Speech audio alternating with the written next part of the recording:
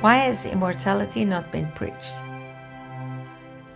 Ezekiel saw a river ankle deep, knee deep, thigh deep, and shoulder deep coming through.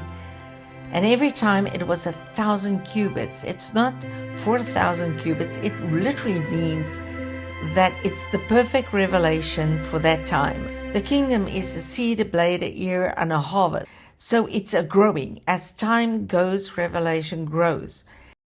It is amazing how the Bible is compiled with 66 books, 40 scribes over a period of about 1,500 years, with 3,379 cross-references, the one explaining the other one. This forms patterns and it's mysteries. It's mysteries. Why mysteries? Because the natural man cannot understand the things of God. But the natural mind always wants to hijack things. From the beginning, the Spirit of God hovered over the deep. And there was darkness on the deep. The deep is the purposes. Why? Why was everything created? For His pleasure. But the purposes is always covered in mystery. So the same Spirit that raised Christ from the dead is the same Spirit that enthused the Bible, because He says the end is set from the beginning, and we have to seek out the words, for the Spirit of God has gathered them. So to read the Bible from beginning to end, it's very nice stories with individual lessons that can aid you to your growing and your life and your walk in the Spirit, and it's good, but it's not complete. Because He says God spoke in separate stories, but now He speaks through the Son. So if you want to understand the Son, we've got to get into the volume of the book. In other words, you've got to seek the words.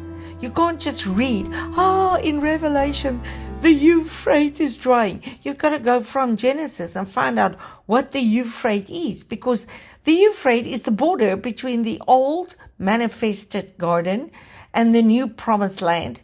And the Euphrates drying means the glory of God is now going to fill the earth. If you just take separate stories, you can prove anything. And this is what the natural mind has been doing, been changing the purposes of God, trampling on what God intended for us. We are not called according to our imaginations. We are called according to His purpose.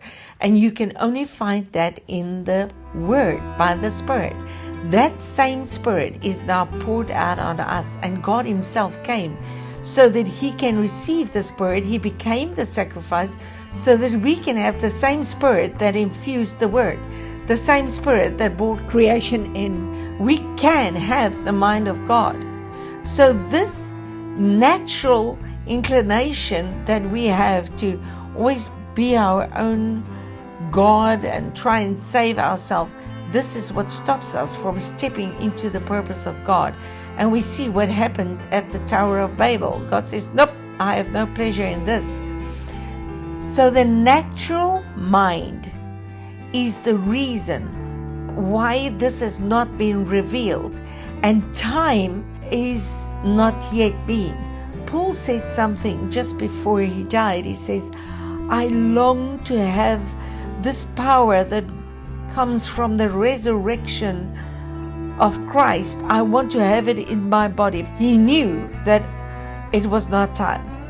Times and seasons are so important to understand. We have to understand the generations and the worlds that is all happening on the earth in time. This was all set in the heavens right from the beginning. And it has not been preached because it has not been time.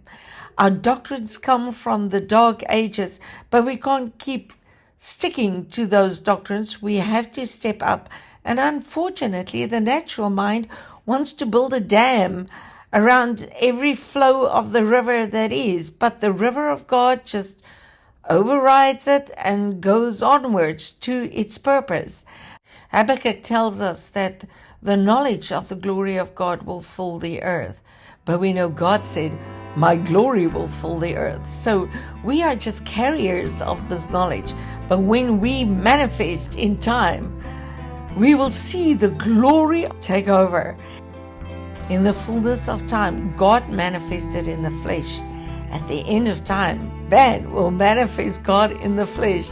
And then the glory of God will not be stopped by no darkness. And we will step into what God has for us. From the time Jesus came, it was morning. And his coming was not a once-off event or a two-point event. He keeps coming, and it keeps growing, and it keeps growing until we see him face to face, and we will be like him. 1 Corinthians 13. Now we know in part, but when we see him, we will know him as we are known.